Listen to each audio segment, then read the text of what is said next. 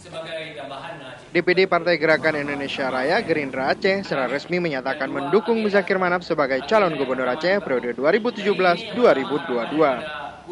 Menurut Ketua DPD Gerindra Aceh T.A. Khalid, pemilihan pada Muzakir Manaf sebagai calon gubernur Aceh pada pilkada mendatang sudah final.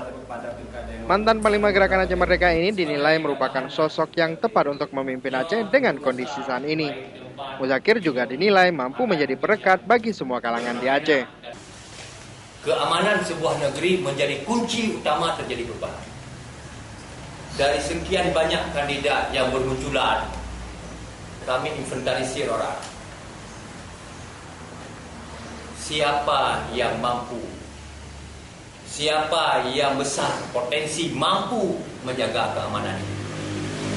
Karena kalau negeri tidak aman, nonsen itu bila perubahan. Menyunanggroh nama gimana pegawai nanggroh.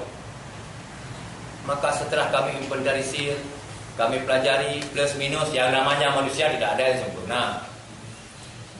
Ternyata menurut hemat kami Gerindra sama Mualim,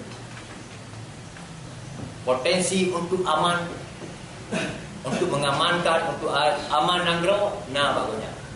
Sementara itu, terkait calon wakil gubernur, Gerindra Aceh menyerahkan sepenuhnya kepada Muzakir Manaf. Dari Banda Aceh, Mulyadi melaporkan untuk Aceh Video. Militansi dalam politik, dalam